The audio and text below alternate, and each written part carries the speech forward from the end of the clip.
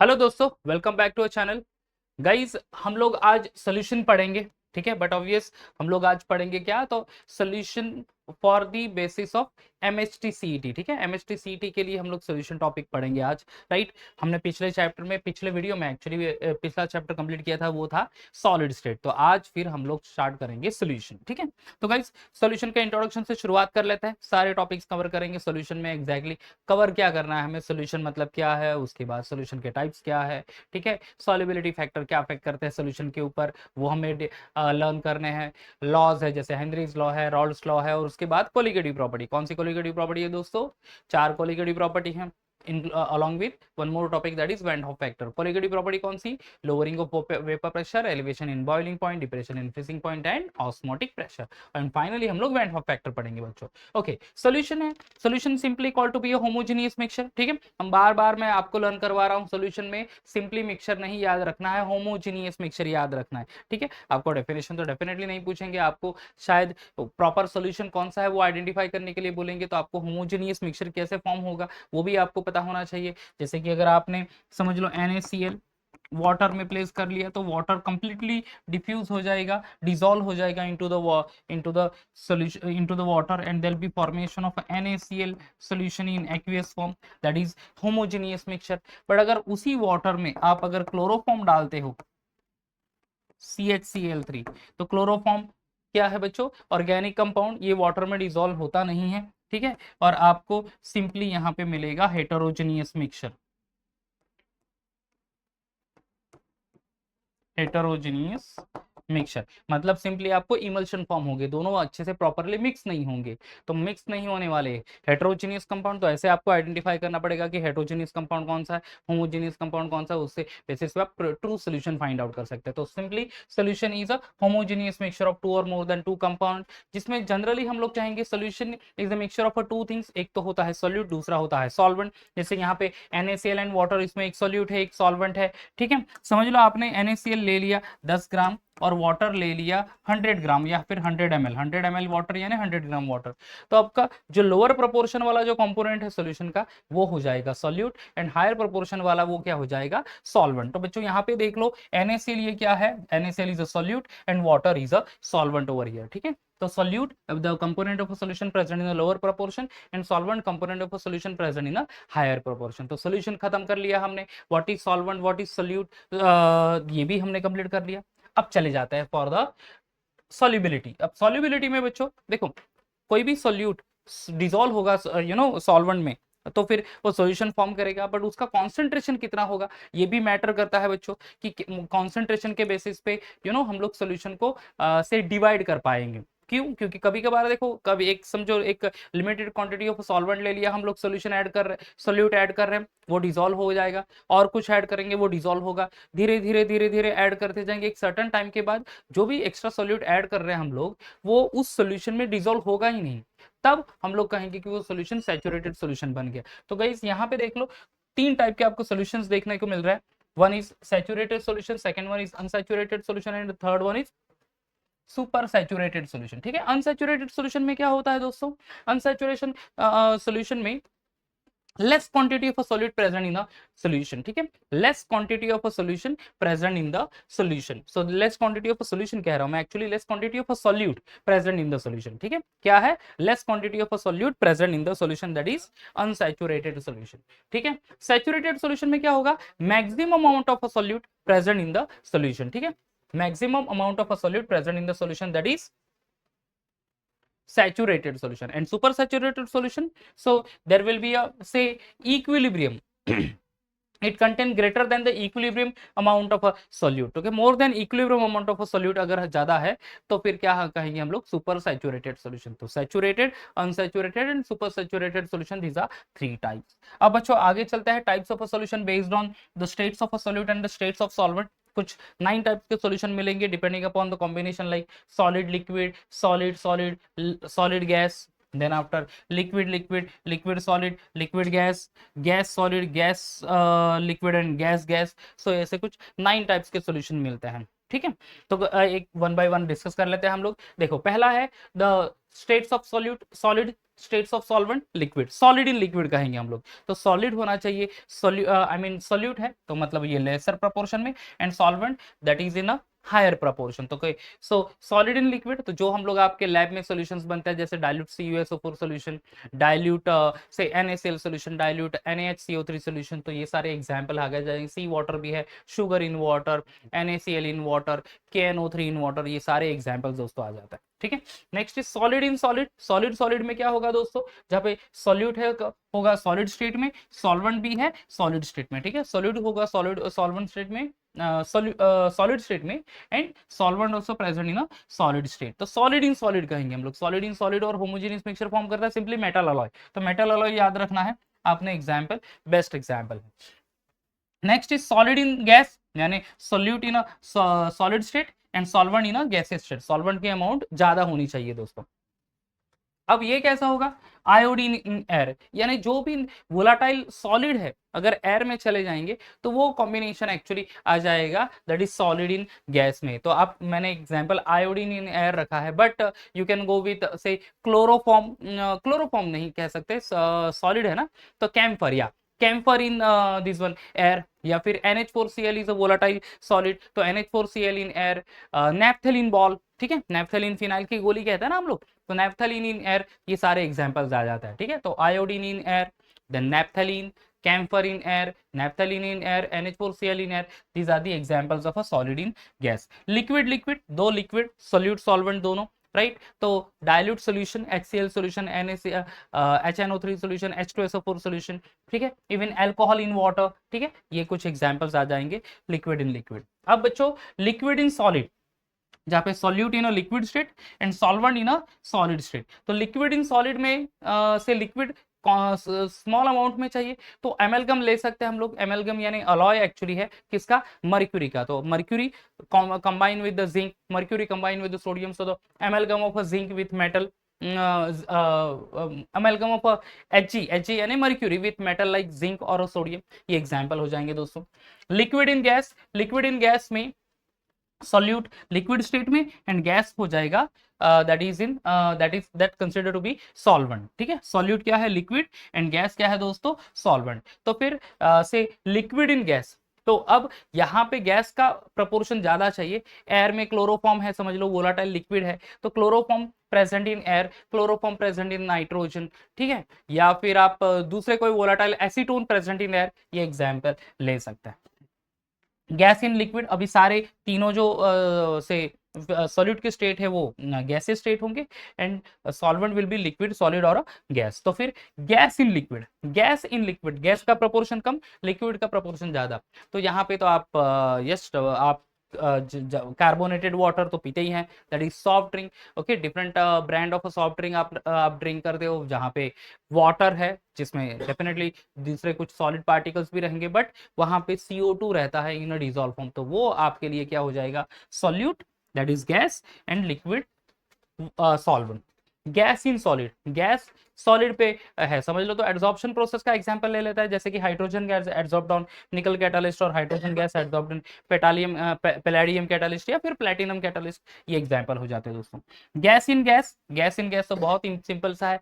Air, simple example, air है जहां पे आपको नाइट्रोजन मिलता है 78%, एंड देन आफ्टर उसके साथ क्लोरी से oxygen, carbon dioxide gas, and then say CO2, ठीक है, that is only carbon dioxide gas, oxygen, these are gases present in solute state. तो गैस इन गैस, तो ये बच्चों 9 टाइप्स के सोल्यूशन है, शायद इसके ऊपर स्पेशली एग्जाम्पल के रिलेटेड आपको क्वेश्चंस आपको मिल जाए। नाउ नेक्स्ट बच्चों, that depends upon the solubility, एक लॉ पढ़ना है, that is Henry's law. Henry's law का स्टेटमेंट क्या है, solubility of a gas in a solution is directly proportional to pressure present above the liquid. So S is directly proportional to pressure, simply statement याद रखना, S directly proportional to pressure, ये mathematical expression याद रखना।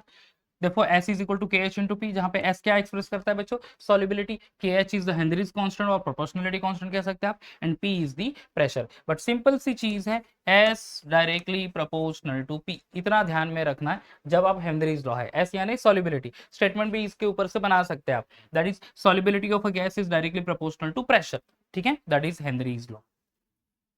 Okay अब बच्चों दूसरा law है that is Raoult's law. अब रॉल्स लॉ में देखो, Raoult's law for a solution of a two volatile component, तो यहाँ पे हमें रॉल्स लॉ की स्टेटमेंट याद रखनी है that is partial vapour pressure of any volatile component of the solution is equal to the vapour pressure of that component multiply by its mole fraction. ठीक है, कोई भी वोलाटाइल कंपाउंड है तो उसका पार्शियल प्रेशर, इंडिविजुअल प्रेशर, ये actual में vapour pressure of that component and multiply by its mole fraction. So okay, so partial vapor pressure is equal to vapor pressure of that component, or you can say the product of vapor pressure of that component multiply by its mole fraction. Okay अब यहाँ पे ये दो चीजें ध्यान में रखनी है दोस्तों। ये एक तो है that is P1 is equal to P01 into x1 and दूसरी चीज P2 is equal to P02 into x2। अब यहाँ पे P1 क्या है दोस्तों? P1 is the partial vapour pressure of that component, जो भी मिक्सचर फॉर्म कर रहा है वो कंपोनेंट। P01 यानी vapour pressure of pure component, solvent solute, ठीक है, स्पेशली सॉल्वेंट, एंड x1 यानी मोल फ्रैक्शन। ठीक है, तो ये बच्चों फॉर्मूला आपको याद रखना है that is P1 is equal to P01 into x1 and P2 is equal to P02 into x2। तो ये हो जाएगा आपका partial vapour pressure of that component that is equal to or the product of vapor pressure of that component multiplied by its mole fraction, right? Okay, now Raoult's law for a solution containing non volatile solute, तो non volatile solute में देखो एक तो उस पूरे solution में एक ही चीज वेपराइज होगी, वो होगा सॉल्वेंट। सोल्यूट पार्टिकल तो वेपर प्रेशर में पार्टिसिपेट करेगा ही नहीं, क्यों? क्योंकि वो नॉन वोलाटाइल सोल्यूट है। तो अगर हमने A1 एंड A2 ऐसे दो सैंपल ले लिए समझ लो, जिसमें एक वोलाटाइल है एक नॉन वोलाटाइल है, तो फिर आपको सिर्फ एक ही इक्वेशन मिलेगा that is P1 is equal to P01 into x1। Why? Because P2 is zero over here. P2 कैसे जीरो हुआ? P2 क्या एक्सप्रेस करेगा? सेकेंड कंपोनेंट का प्रेशर, बट सेकेंड कंपोनेंट का तो ऑलरेडी वहां पे इवोपरेट हो ही नहीं रहा, आई मीन टू से वेपर फॉर्म ही नहीं कर रहा, तो उसका वेपर प्रेशर नहीं होगा। So P1 is equal to P01 into x1।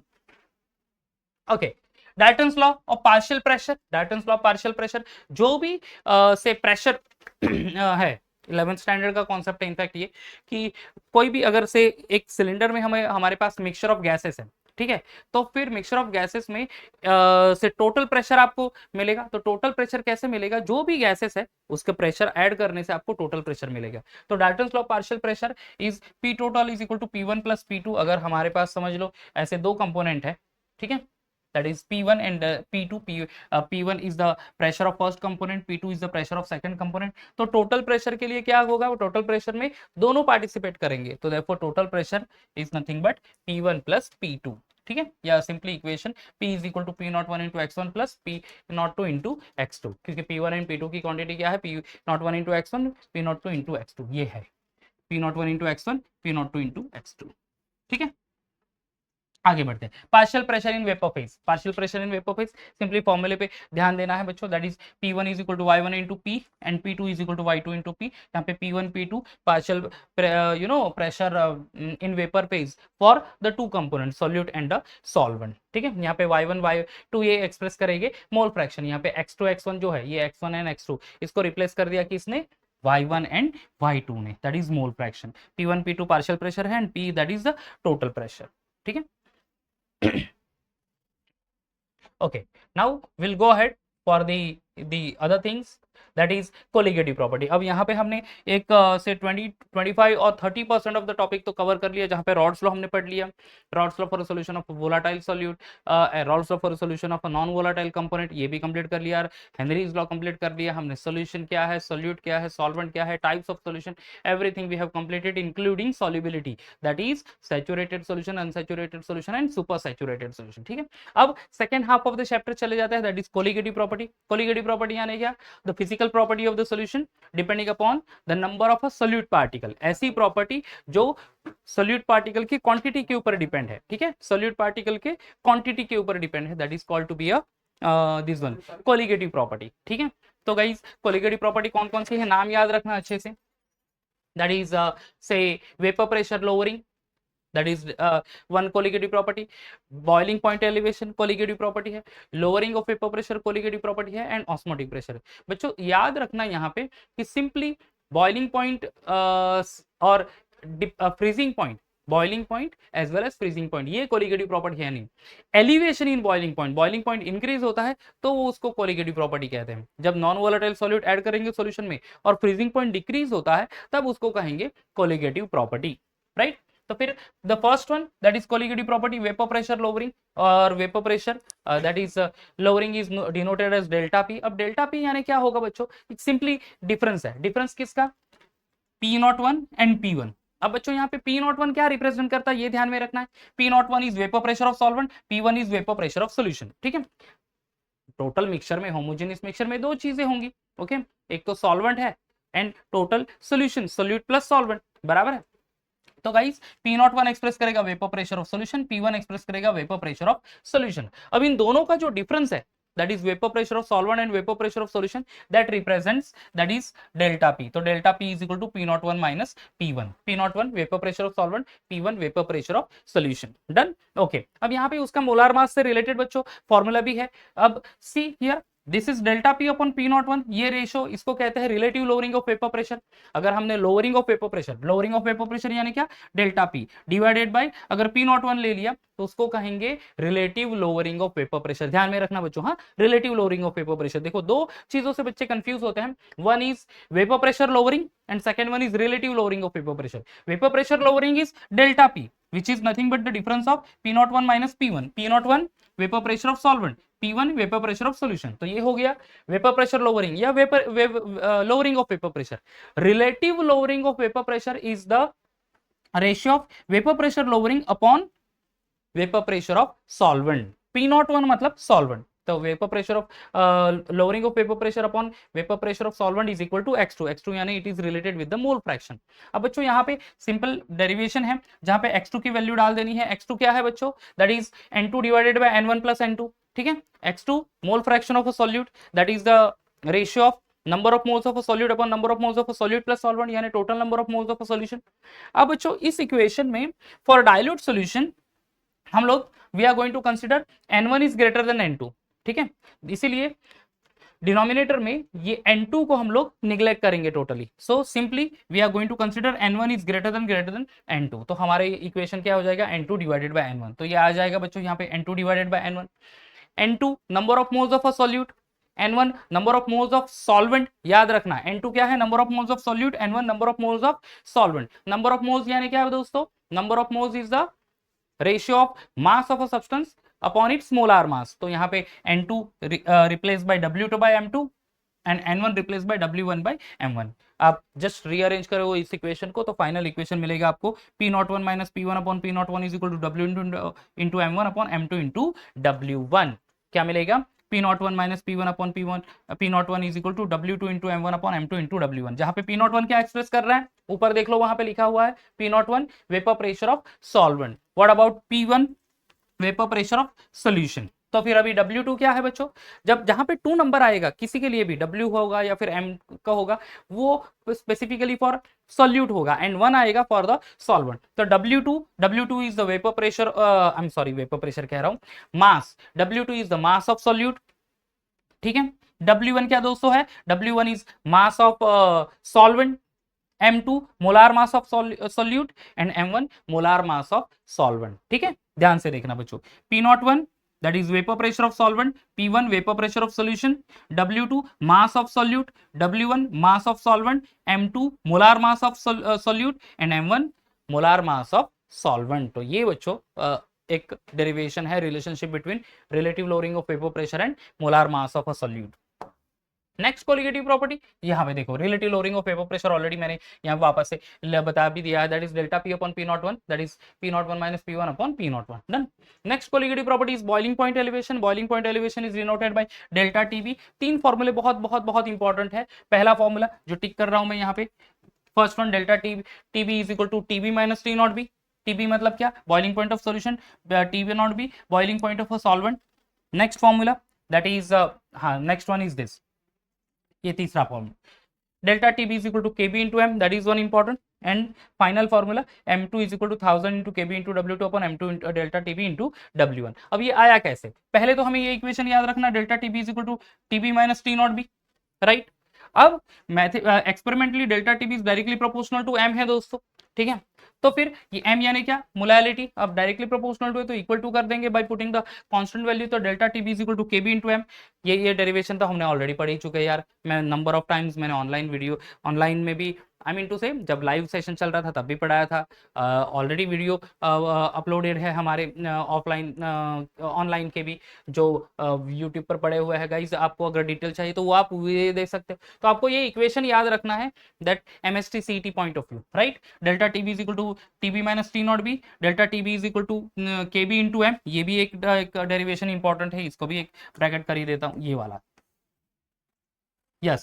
And then m की वैल्यू प्रूव कर दी, m is the molality, mass of solute into 1000 upon m2 into w1, तो final equation m2 is equal to 1000 into kb into w2 upon delta tb into w1। और ये पूरी सारी notation है बच्चों, इस तरफ आप देख सकते हैं, that is delta tb boiling point elevation, इसको हम लोग कहेंगे elevation in boiling point, kb यानी एबिलियोस्कोपिक कांस्टेंट, उसको बच्चों मोलर एलिवेशन कांस्टेंट भी कहते हैं, ध्यान से सुनना, मोलर एलिवेशन कांस्टेंट या boiling point elevation constant, w2 mass of solute, W1 mass of solvent, M2 molar mass of solute, M1 molar mass of solvent. एक और चीज इसमें ध्यान देनी है बच्चों, जो कि है यूनिट, किसका यूनिट, दैट इज केबी का यूनिट, केबी का यूनिट है केल्विन केजी मोल इनवर्स, ठीक है, केल्विन केजी क्या है, mole inverse, that is the unit of KB, and kb is the ebullioscopic constant, ebullioscopic constant के definition, that boiling point elevation produced when 1 mole of a say solute present or dissolve in 1 liter of a solution, तो उसको हम लोग define भी कर चुके हैं।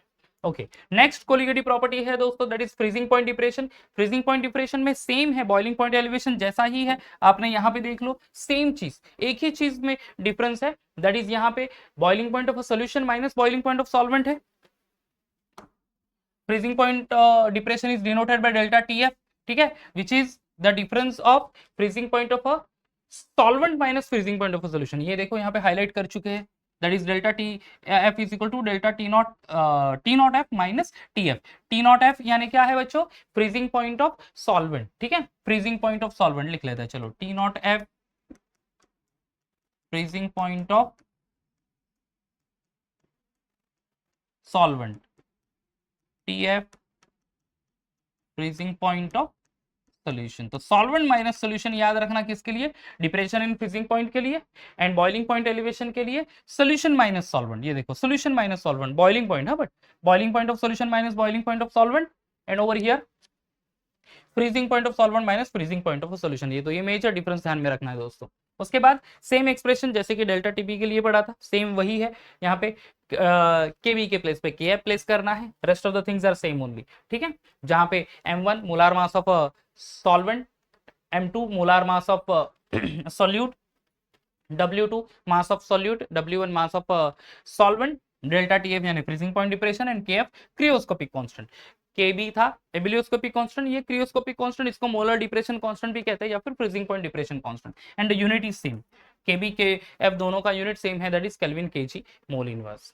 तीसरी पॉइंट है that is osmotic pressure, that is last colligative property actually.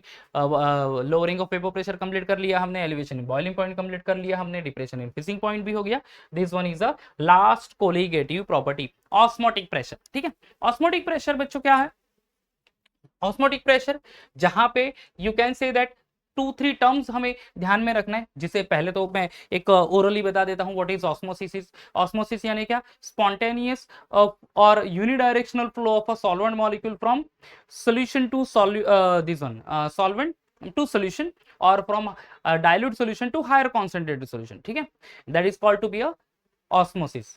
What about the semi permeable membrane, semi permeable membrane यानी एक ऐसा मेम्ब्रेन जो सिर्फ और सिर्फ सॉल्वेंट मॉलिक्यूल को पास होने देता हूं, that is semi permeable membrane. Definition तो नहीं पूछेंगे बट ऑब्वियस एमसीक्यूज क्वेश्चंस होंगे। ऑस्मोटिक प्रेशर का यहाँ पे आपको ध्यान देना है, what is osmotic pressure, the pressure which stops the osmosis process, ठीक है, the pressure which stops the osmosis process, और hydrostatic pressure stops the osmosis, that is called to be a osmotic pressure. किससे denote करता है, पाई से denote करता है, आपको फॉर्मूला ये याद रखना है, pi is equal to CRT। अब बच्चों यहाँ पे C is the concentration, R यानी गैस कांस्टेंट, एंड T क्या है दोस्तों, T इज द टेम्परेचर, क्या है दोस्तों, T इज द टेम्परेचर। आपको C कॉन्सेंट्रेशन को रिप्लेस करेंगे बाय MRT, M यानी मोलैरिटी ऑफ द सॉल्यूशन। अब बच्चों एक बहुत इंपॉर्टेंट चीज है यहाँ पे, that is molality and molarity. ठीक है, क्या है मोलैलिटी एंड दी मोलैरिटी। अब बच्चों देखो, molality is number of moles of a solute present in 1 kilogram of solvent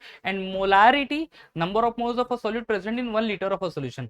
अब आप ध्यान से देख लो दोस्तों, ये दो चीज कौन सा वाला, boiling point elevation. Boiling point elevation is related with the small M यानी molarity. Freezing point depression that is also depend upon the small M यानी क्या, मोलैलिटी। यानी बॉइलिंग पॉइंट फ्रीजिंग पॉइंट दोनों मोलैलिटी से रिलेट करते हैं। यहां पे देख लो, osmotic pressure is depend upon capital M यानी क्या, मोलैरिटी। तो osmotic pressure is related with to the और रिलेटेड विद दी मोलैरिटी। तो ऑस्मोटिक प्रेशर मोलैरिटी से रिलेट करता है एंड मोलैलिटी से depression in freezing point and elevation in boiling point. ये ध्यान से देखना है और ध्यान से समझना है एंड देन आपको दिमाग में फिट बैठ देना है इस चीज को। Molarity, osmotic pressure, molality, two colligative property, depression in freezing point, boiling point elevation, done. अब यहाँ पे m यानी मोलैलिटी, that is concentration। तो concentration is the ratio of number of moles upon say solvent और volume of solvent। तो n2 by v कर लिया, n2 को रिप्लेस कर लिया w2 by m2 से, तो pi is equal to w2 by m2v या फिर m2 is equal to w2 by pi v, जहाँ पे m2 molar mass of solute, again r gas constant जिसकी वैल्यू है 8.314, r की वैल्यू बच्चों 8.314 जूल पर केल्विन पर मोल, या r is equal to 0.0821 litre atmosphere पर केल्विन पर मोल। ये दो वैल्यू हो सकती है, right. Okay, and rest of the notation that W2 mass of solute, V यानी volume, pi osmotic pressure and T is the temperature in kelvin. ठीक है, अब बच्चों ये जो कुछ टर्म्स है like isotonic solution, hypertonic solution, hypotonic solution. Isotonic solution the solution और द से ऐसे सॉल्यूशन जिसका कॉन्सेंट्रेशन सेम हो और कॉन्सेंट्रेशन के साथ साथ ऑस्मोटिक प्रेशर भी सेम हो। ठीक है, the two solution having same concentration and same osmotic pressure, isotonic solution. Hypertonic solution समझ लो दो सॉल्यूशन है जिन दोनों का कॉन्सेंट्रेशन भी अलग अलग है, तो जो सॉल्यूशन का ऑस्मोटिक प्रेशर हायर है वो hypertonic solution and the solution having lesser osmotic pressure that is hypotonic solution. ठीक है, तो higher osmotic pressure solution hypertonic, lower one that is hypotonic. Van't Hoff factor, yes van't Hoff factor. Van't Hoff factor दो चीजों से relate करता है, एक तो है इलेक्ट्रोलाइट और दूसरा है नॉन इलेक्ट्रोलाइट। इलेक्ट्रोलाइट यानी क्या, ऐसे कोई सॉरी कोई भी ऐसे सॉलिड मटेरियल या फिर सिंपली सॉल्यूट जब हम लोग वाटर में डिसॉल्व करेंगे वो डिसॉल्व भी हो जाएंगे और वो ब्रेकडाउन करके आयोनाइज होंगे, मतलब कैटायन एंड एनायन फॉर्म करेंगे। एंड ऐसा कोई सॉल्यूट है जो वाटर में डिसॉल्व तो होंगे बट वो अपने आयंस फॉर्म नहीं करेंगे क्योंकि इसमें आयंस होंगे ही नहीं। ओके, जैसे ऑर्गेनिक कंपाउंड से शुगर अगर वाटर में डिसॉल्व कर लो, डिसॉल्व तो हो जाता है बट आयंस नहीं फॉर्म करता, कैटायन आयन नहीं फॉर्म करता। On the other hand common salt NaCl अगर वाटर में डिसॉल्व कर लो डिसॉल्व भी होगा और वो खुद ब्रेक होके cation and anion Na+ ions and Cl- ions form करेगा। ठीक है, तो इन दोनों अगर कोलिगेटिव प्रॉपर्टी अपने पास है electrolytic solution and non electrolytic solution, इन दोनों का रेशियो ले लो बच्चों, उसको हम लोग कहेंगे वेंट हॉफ फैक्टर। तो van't Hoff factor is the ratio of colligative property of electrolytic solution upon colligative property of non electrolytic solution, electrolytic solution upon non electrolytic solution. समझ में आ गया, तो उसको हम लोग कहेंगे colligative sorry van't Hoff factor. ठीक है, तो van't Hoff factor finally I is equal to m theoretical upon m observed. ठीक है, theoretical value divided by observed value, electrolyte upon non-electrolyte, understood? And guys, here these are the modified equation of Van't Hoff factor with the colligative properties। पहला कौन सा है delta P यानी lowering of vapour pressure, तो lowering of vapour pressure is I into P02 into x2। I सिर्फ introduce करना है आपको, I यानी van't Hoff factor. Similarly delta TB is equal to KB into M, तो here I into KB into M। Delta TF is equal to KF into M, तो I into KF into M। And pi is equal to MRT, अब भी पढ़ा हमने but I into MRT, understood? तो ये modified equation है दोस्तों। And this is the final thing, that is degree of dissociation and Van't Hoff factor। degree of dissociation Van't Hoff factor कौन से फॉर्मूले से रिलेट करेगा? degree of dissociation that is alpha is equal to I - 1 divided by n - 1। यहाँ पे I तो आपको पता है that is Van't Hoff factor। What about this n यानी number of moles of ions. ठीक है, n यानी number of moles of ion. समझ लो मेरे पास है से KNO3 जिसको मैं डिसॉल्व कर रहा हूं वाटर में, it dissociate two forms K+ ions and NO3 minus ions. क्या फॉर्म कर रहा है? K plus ions and NO3 minus ions. अब यहाँ पे I क्या होगा? Number of moles of cation plus number of moles of anion, 1 + 1, तो I इज इक्वल टू 2 हो जाएगा दोस्तों। क्या है बोल लो? I की वैल्यू 2 होगी। सिमिलरली दूसरा कोई सब्सटेंस है, समझ लो PbI2, Pb2 plus ions and 2 I minus ions. अब यहाँ पे कैटाइंस कितने मोल्स है? 1 मोल्स ऑफ Pb2 प्लस, हाँ ये ऊपर चार्ज वाला नहीं, नंबर ऑफ मोल्स याद रखना। एंड यहाँ पे 2 I माइनस आइंस, एक कैटाइन 2 एनाइन, तो फिर I is equal to 1 + 2 that is equal to 3। तो I की वैल्यू यहाँ पे हो जाएगी 3। Understood? With the help of this that is the alpha, we can also find percent dissociation. Percent dissociation is equal to alpha into 100। ये भी एक equation आपको ध्यान में रखना है, परसेंट डिसोसिएशन, ठीक है। Percent dissociation is equal to alpha into 100। Done. तो गाइज यहाँ पे सारी थियोरी पाई हो गया हमारा, जहाँ पे हमने सारे फॉर्मूलेज याद कर लिए, मीनिंग के टर्म्स याद कर लिए, फॉर्मूले में जो जो टर्म्स आते हैं उसके नोटेशन भी याद कर लिया, एवरीथिंग वी हैव कंप्लीटेड, ठीक है।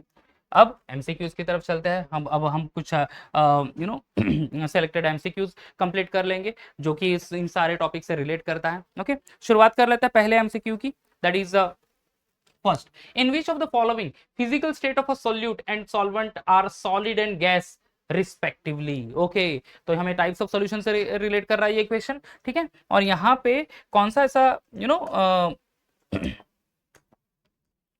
मिक्सचर है यानी सॉल्यूशन है जहां पे solute and solvent are in solid and gas, यानी सॉल्यूट होना चाहिए सॉलिड स्टेट में, रिमेंबर सॉल्यूट होना चाहिए कौन से स्टेट में? सॉलिड स्टेट में।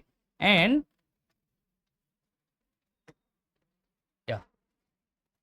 एंड सॉल्वेंट होना चाहिए, मैं थोड़ा सा अलग कलर से हाईलाइट कर रहा हूं, या देखो सॉल्वेंट होना चाहिए गैसियस फेज में। समझ में आ रहा है? Solute in solid and solvent should be in gas, ठीक है। सॉलिड इन गैस वाला सॉल्यूशन वो आपको ध्यान में रखना है, सॉलिड इन गैस, ठीक है। तो सॉल्यूट पार्टिकल जो जो अब शायद से मैंने जब सॉल्यूशन में हम लोग टाइप्स ऑफ सॉल्यूशन डिस्कस कर रहे थे, तो सॉलिड इन गैस के लिए स्पेसिफिकली ऐसे हमें कंपोनेंट देखना है जो कि वोलाटाइल सॉलिड हो, ठीक है। वोलाटाइल सॉलिड यानी कैम्फर, नेफ्थलीन, आयोडीन, NH4Cl, तो ये बच्चों कुछ नाम्स आपको याद रखने पड़ेंगे जो कि वोलाटाइल सॉलिड है, ठीक है। तो देख लेते हैं क्या क्या है। That is chloroform in nitrogen. Chloroform is a liquid actually, ठीक है। फिजिकल स्टेट भी ध्यान में रखनी है। ये क्वेश्चन दिखता आसान है बट हमारी नॉलेज यहाँ पे टेस्ट होगी दोस्तों, कि हमें पता होना चाहिए कौन सा पर्टिकुलर कंपाउंड या मॉलिक्यूल है, उसकी फिजिकल स्टेट क्या होगी, वो एग्जैक्टली वोलाटाइल है या नॉन वोलाटाइल है, ये भी वहां पे हमारा ये भी हमें ध्यान होना चाहिए। अगर ये नहीं पता है तो हम लोग शायद आंसर अटेम्प्ट ही नहीं कर पाएंगे, ठीक है ना। तो फिर chloroform in nitrogen, chloroform that is liquid material, तो हमारा तो सॉल्यूट ही चाहिए था सॉलिड स्टेट में, तो वो तो ऑप्शन होता नहीं। सेकंड, आयोडीन इन एयर, ये शायद पॉसिबिलिटी लगेगी क्योंकि आयोडीन वोलाटाइल सॉलिड है, and then air that is solvent should be in a gaseous state, तो वो एक पॉसिबिलिटी। अदर देखते हैं, carbon dioxide that is gas in water, gas in liquid हो जाएगा ये। And benzoic acid in benzene, अब ये बेंजोइक एसिड क्या है? शायद हम लोग सोचेंगे बेंजोइक एसिड है बॉस, तो वो तो हो जाएगा लिक्विड स्टेट में, बट एक्चुअल में at room temperature benzoic acid present in a solid state, ठीक है। बेंजोइक एसिड कौन से स्टेट में है? सॉलिड स्टेट में, तो सॉलिड इन लिक्विड हो गया ये, this is in solid in liquid. हमें चाहिए कौन सा? सॉलिड इन गैस, ठीक है, सॉलिड इन गैस। तो फिर सॉलिड इन गैस में तो मुझे एक ही दिख रहा है, specially volatile solid in gas, that is iodine in air, ठीक है। कौन सा वाला एग्जाम्पल करेक्ट आंसर है बच्चों? That is iodine in air is the correct option. समझ में आ रहा है? ओके, चलो आगे बढ़ते हैं। तो गाइज दिखने में आसान क्वेश्चन है बट एक्चुअल में परफेक्ट नॉलेज हमारी टेस्ट होती है, क्योंकि वहां पे हमें टाइप्स ऑफ से सॉल्यूशन ध्यान में रखना है, एट द सेम टाइम उन सॉल्वेंट सोल्यूट का से फिजिकल स्टेट, एंड देन उन जो कंपाउंड दिए हैं उनके भी फिजिकल स्टेट ध्यान में रखना चाहिए एट रूम टेम्परेचर। ओके, चलो आगे बढ़ते हैं। Solubility of dash in water increases appreciably with increasing temperature, ठीक है। टेम्परेचर इंक्रीज करे तो factor affecting on solubility, temperature एक फैक्टर है। अब देखो टेम्परेचर में हम लोग जनरली ऐसा सोचते हैं गाइस कि सॉरी कि टेम्परेचर बढ़ा दो तो सॉल्युबिलिटी बढ़ जाएगी, specially solid solute in liquid solvent, and temperature decrease कर लो तो सॉल्युबिलिटी डिक्रीज होगी। बट जो ऐसा होता नहीं, क्या होता है कि दो प्रोसेस होती है, one is exothermic process, other one is endothermic process. तो अगर प्रोसेस ऑलरेडी एक्सोथर्मिक है और टेम्परेचर हम उस सिस्टम का बढ़ा दे तो सॉल्युबिलिटी बढ़ती नहीं है। एंड अगर प्रोसेस एंडोथर्मिक है, कोई भी प्रोसेस हो, सॉलिड डिसॉल्व कर रहे हैं हम लोग सॉल्वेंट में, और वो प्रोसेस एंडोथर्मिक है यानी टेम्परेचर चाहिए उसको सॉल्युबिलिटी के लिए, तो हम अगर उसको टेम्परेचर बढ़ा रहे हैं, हम हीट प्रोवाइड कर रहे हैं, तो उसकी सॉल्युबिलिटी इंक्रीज होगी। तो याद रखना दोस्तों, एक्सोथर्मिक प्रोसेस के लिए if you increase the temperature solubility decreases, and by reducing temperature solubility will increase. And endothermic process के लिए at high temperature solubility will be higher and at low temperature solubility will be lower.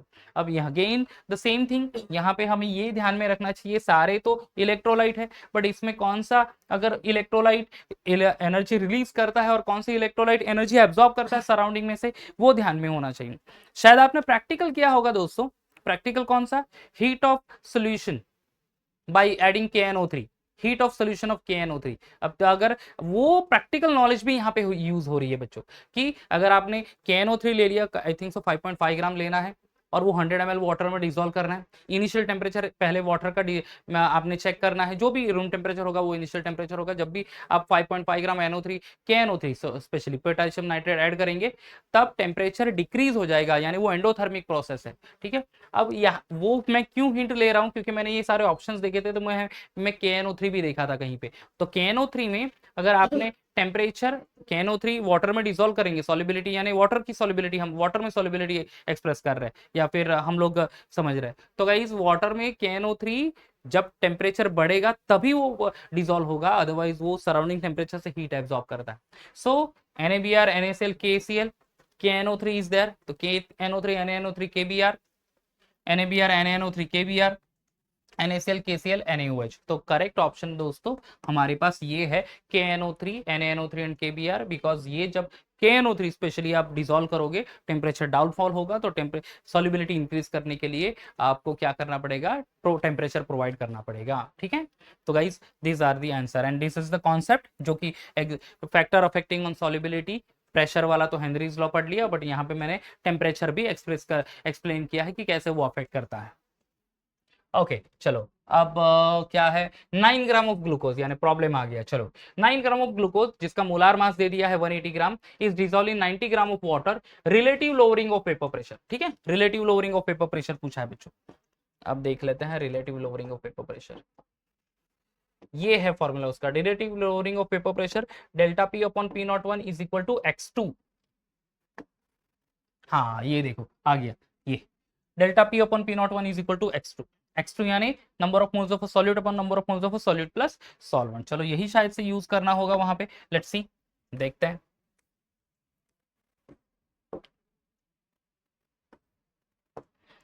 हाँ जी, क्या दिया है, 9 gram of glucose जिसका molar mass दिया है, dissolve in 90 gram of water, relative lowering of vapour pressure is, relative lowering of vapour pressure में formula लिख लेता हूं, delta P upon P01 is equal to x2 यानी N2 divided by N1 plus N2। ठीक है, चलो आगे बढ़ लेते हैं। N2 यानी क्या होगा बच्चों, number of moles of a solute.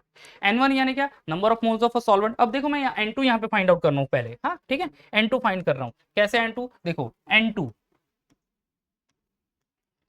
N2 mass of a solute upon molar mass, glucose का मास दे दिया है 9 ग्राम, मोलार मास दे दिया है 180 ग्राम, तो 9 डिवाइडेड बाई 180 कितना आ जाएगा दोस्तों, 9 डिवाइडेड बाई 180, 9 5 कितना आ जाएगा, दैट इज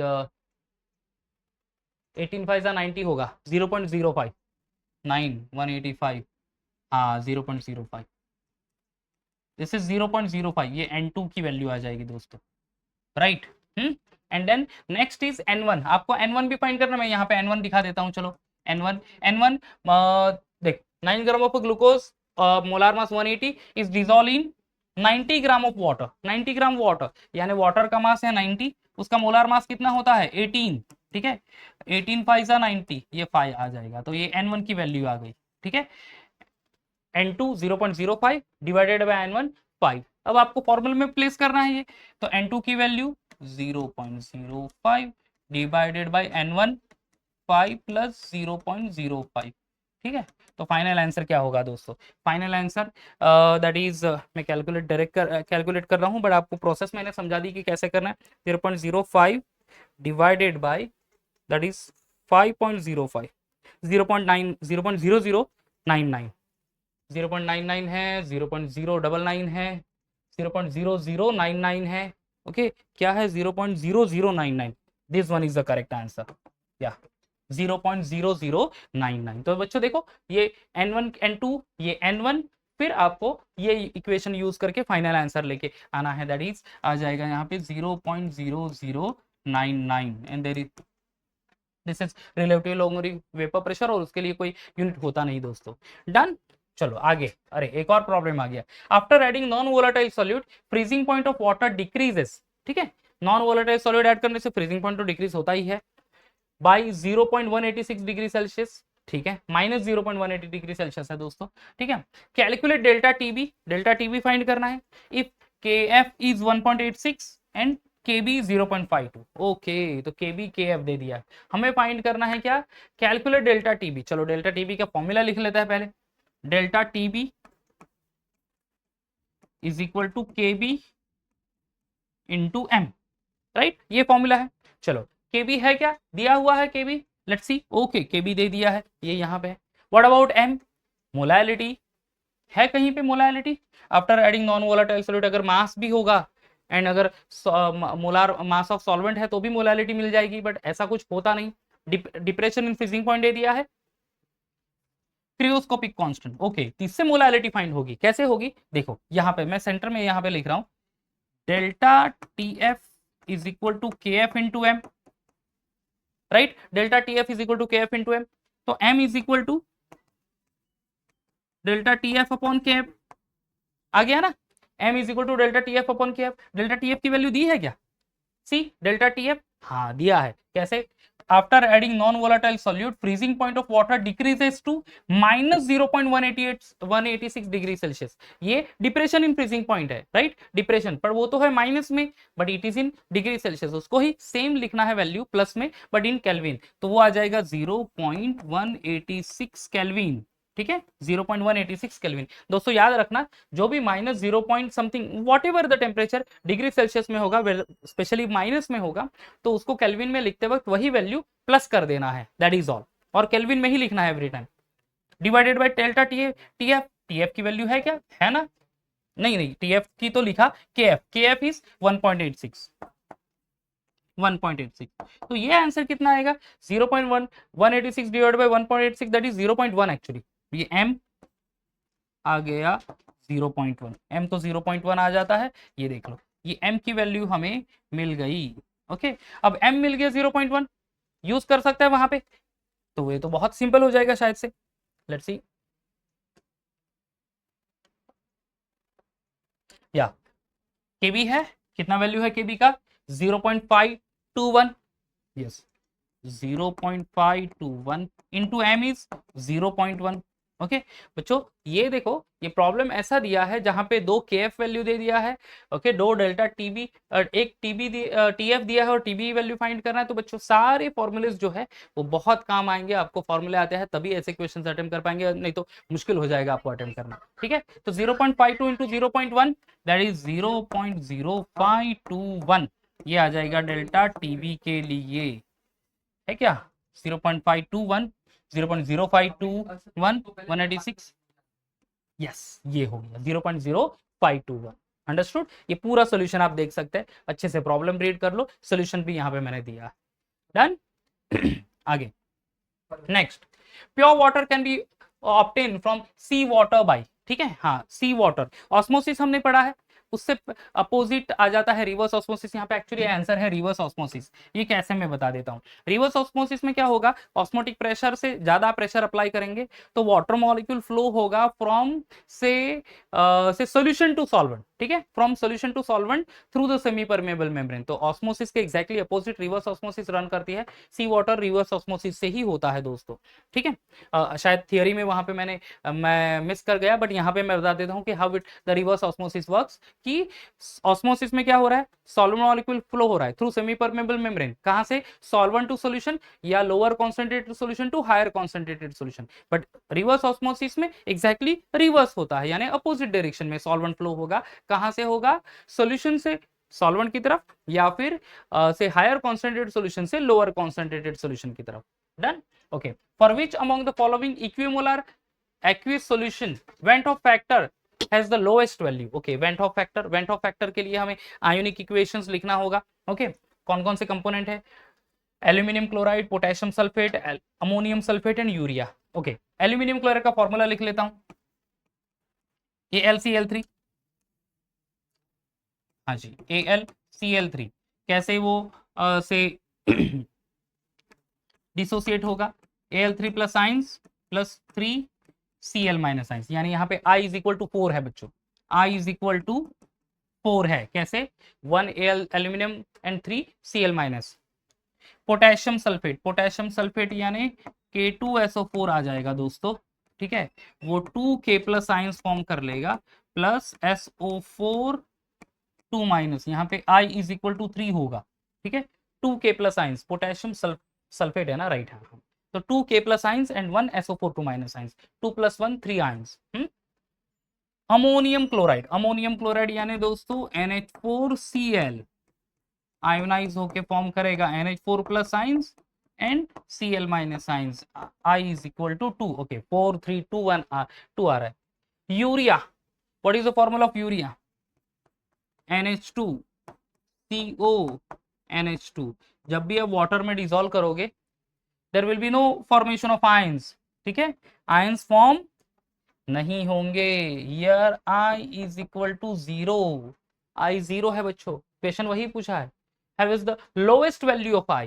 ठीक है, अब उसका अपोजिट भी पूछ सकते हैं यहाँ पे कि ये सारे कंपोनेंट दिए हैं and highest value of I पूछेंगे, तो हाईएस्ट वैल्यू अगर ये है, ये इस पर्टिकुलर एग्जांपल को हम लोग अगर कहे तो AlCl3, बट यहाँ पे लोएस्ट वैल्यू पूछा तो लोएस्ट वैल्यू के लिए द करेक्ट ऑप्शन यूरिया है दोस्तों। तो इसके लिए कंपाउंड देखो यहाँ पे बोर्ड आपको फॉर्मूला सीधा नहीं देगा, नाम बताएगा और नाम के बेसिस पे आपको फॉर्मूला लिखना होगा एंड ऑन दैट बेसिस आपको यहाँ पे आयोनिक इक्वेशन से के बेसिस पे आप आई वैल्यू फाइंड करेंगे, तो हाईएस्ट लोएस्ट आपको मिल जाएगा। अभी ये एक क्वेश्चन पूछा था, लोएस्ट वाला हाईएस्ट भी पूछ सकते हैं। Okay,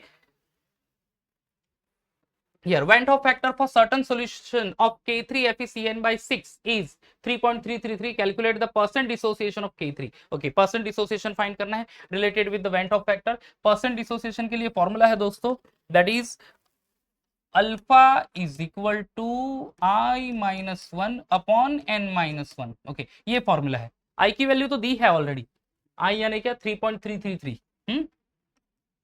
3.333 minus 1 upon. ओके, यहाँ पे प्रॉब्लम ये है बच्चों कि ये n की वैल्यू फाइंड करनी है, यानी आपको आयोनिक इक्वेशन लिखना पड़ेगा। ठीक है, आयोनिक इक्वेशन किसका, K3 का। तो चलो K3 का लिख लेते हैं, यहाँ पे मैं सेंटर का ये स्पेस यूज कर लेता हूँ। K3 FeCN/6 है दोस्तों। इसको अगर वाटर में डिसॉल्व करो तो 3K K3, हाँ कोऑर्डिनेशन स्फीयर के बाहर है ना, हाँ चलो ऐसे ये इस तरह से है। ठीक है, तो 3K प्लस साइंस प्लस ये फॉर्म करेगा FeCN/6, जिसको 3 माइनस चार्ज होगा। अब यहाँ पे कैटायन कितने हैं, 3 है, एनाइन 1, 3 प्लस 1 4, यानी N इज इक्वल टू 4 है दोस्तों यहाँ पे। ठीक है, देखो ये मैं बता दिया कि कैसे ये N फाइंड कर लिया, 4 माइनस 1, तो this is 2.333 divided by 3। 2.333 divided by 3 अगर मैं कैलकुलेट कर लूँ तो 2.333 divided by 3 0.77। Okay, 0.77 percent dissociation find करेंगे तो इनटू 100, जो I इनटू 100 करना है, ये आता है 0.77, but what is the answer 0.78, यानी राउंड ऑफ करके 8 दे दिया है एक्चुअली, तो कंसीडर करेंगे वो आंसर है 0.78। तो 0.78 इंटू 100 78, तो आंसर है 78, तो इसका आंसर ये वाला सी, दैट इज 78। डन, समझ में आ गया पूरा सोल्यूशन, समझ लिया आपने। ओके चलो finally for an ideal solution, okay ideal solution है यहाँ पे, ideal solution, non ideal solution, ideal solution obeys Rawls law, non ideal solution do not obey Raoult's law, ठीक है। Ideal solution the correct option is, आपको correct option देखना है, देख लेते हैं यहाँ पे, delta mix V is not equal to 0, यानी you know change in volume will not be equal to 0 at constant temperature and pressure, delta mix MIXH equal to 0, delta G equal to 0, delta S is equal to 0। अगर आप ध्यान से ideal solution sorry ideal solution के बारे में पढ़ेंगे तो delta H and delta V दोनों 0 होते हैं at constant temperature and pressure, delta V not equal to 0 but delta H equal to 0, correct option B. Okay तो तीन चीजें याद रखना आइडियल सोल्यूशन के लिए, उसका exactly opposite non ideal solution, ideal solution obey Raoult's law, delta V equal to 0, delta H equal to 0, non ideal solution do not obey Raoult's law, delta V and delta H both not equal to 0, right. So guys यहाँ पे हमारा solution भी chapter हम लोग खत्म करेंगे, जहाँ पे हमने everything solutions, types of solutions, solubility, Rawls law, Henry's law, ठीक है, कोलिगेटिव प्रॉपर्टीज की types and definitions and plus derivations, went Hoff factor and osmosis, reverse osmosis, everything we have completed along with the say past year or the previous year MCQs, ठीक है guys. Hopefully ये video आपको help करेगा guys ये solution chapter prepare करने के लिए। Next video में एक और चैप्टर के साथ आता है दोस्तों, तब तक bye bye and take care.